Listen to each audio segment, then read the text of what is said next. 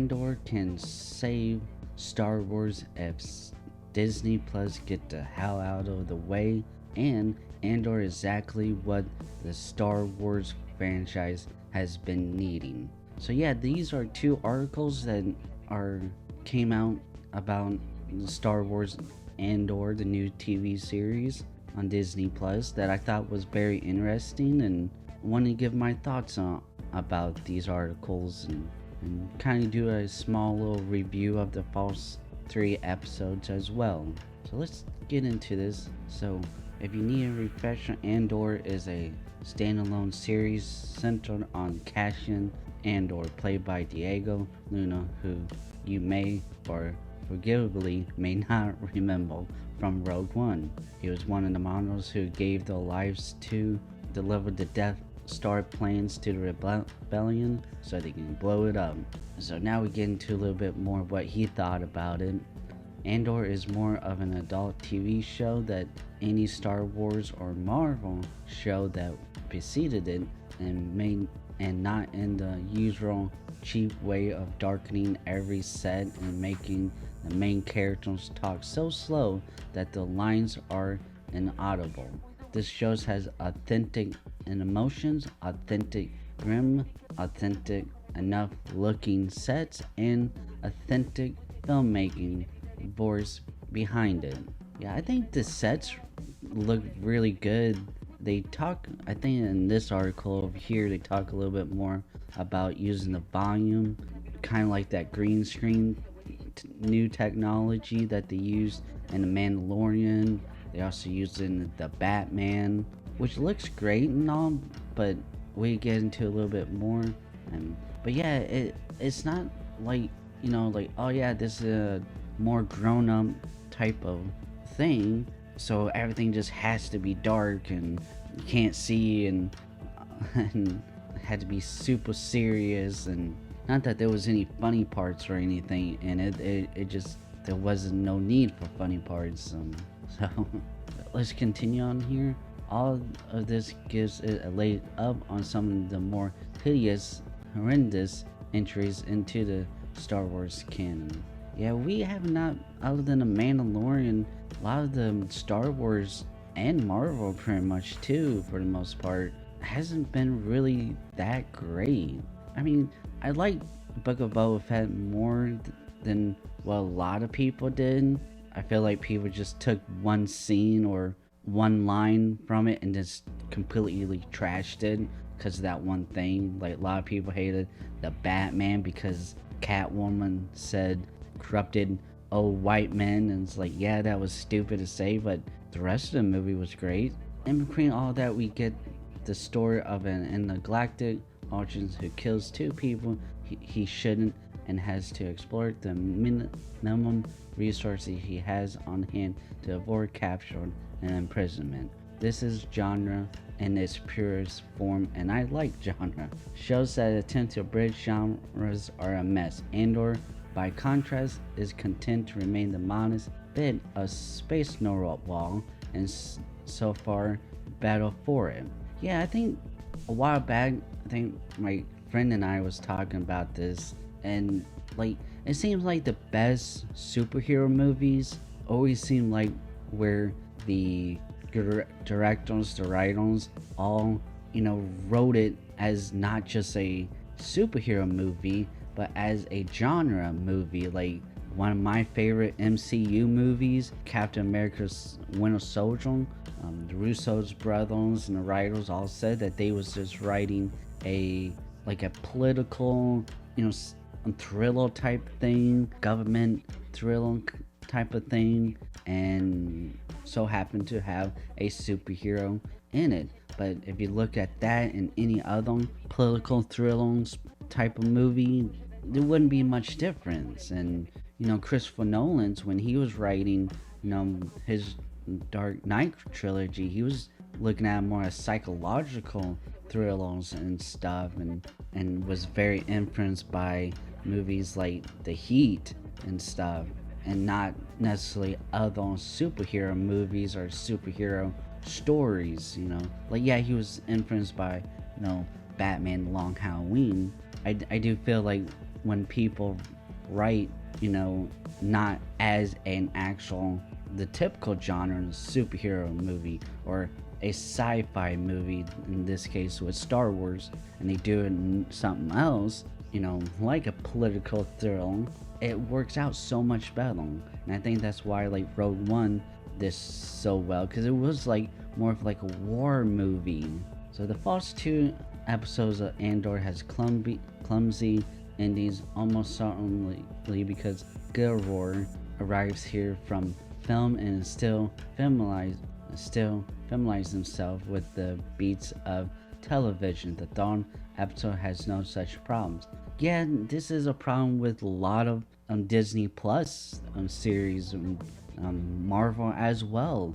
They all felt like they was written as a movie and then just split it up, and I totally agree with this. The first two episodes could easily have been made into one episode, and they did end it like randomly. There was no payoff by the end of it. Andor and its concept is smart enough to focus in on one of these relative far afield stories, which gives it a different and better build than much of what comes before it. I felt like I was watching something new. I wanted to watch something new, and I suspect Gilroy wants to give it to me. So like this is where I kind of start disagreeing with. Like I agree that it is new and that I want something new with it, but then again, it is Star Wars, and like George Lucas said, it's like poetry, it rhymes. That's why I don't hate The Force Awakens that much, simply because, like a lot of people say that they didn't like it because it's a rehash of A New Hope. And to me, I mean, yeah, they could have done a little bit better job at making it a little bit different, but for the most part, I felt like it was a good, reboot into the series, into a new trilogy. But, but just like Rogue One, it was nice to see a little bit something different in there. Whether or not Disney let him is another story. They may not be content to let the series remain modest. That means that a lot of the familiar beats are coming. Someone will say the word battle station under the breath. More cute droid moments will happen. A lightsaber will glow. Some famous character from the extended universe, or perhaps many of them, will pop in for a fan service cameo. Maybe Andor will come face to face with a digitalized Carrie Fisher and they have a moment. So far, Gilroy has written a show that is actually treats its audience like grown-ups. He can keep on doing no matter what directions have been given to him upon him by the dark forces at Disney. He'll have free Star Wars from its own creative shackles and steer it into newer and more interesting places. I want to believe he can tread the needle. Lord knows he got the chops to pull it off, but kids, I've been hurt before.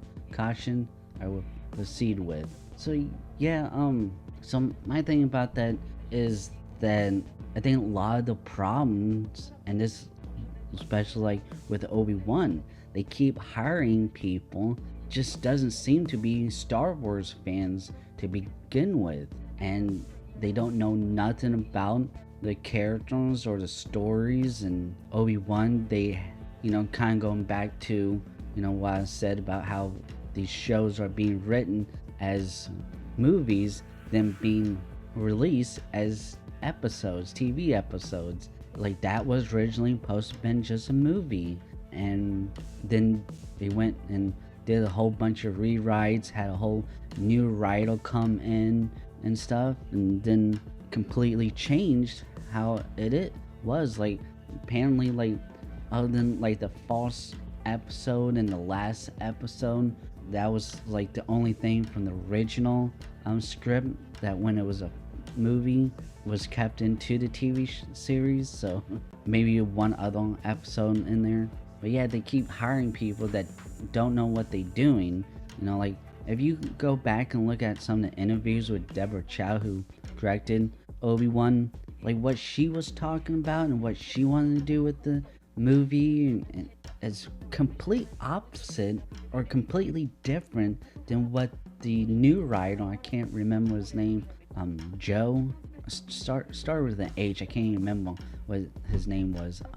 Like what he ended up writing is like completely different than what she was wanting to do, and I feel bad for her because like she was forced to use this script that she didn't, you know, that her style didn't mesh with. So I don't think it's necessarily Disney Plus or Disney getting in the way.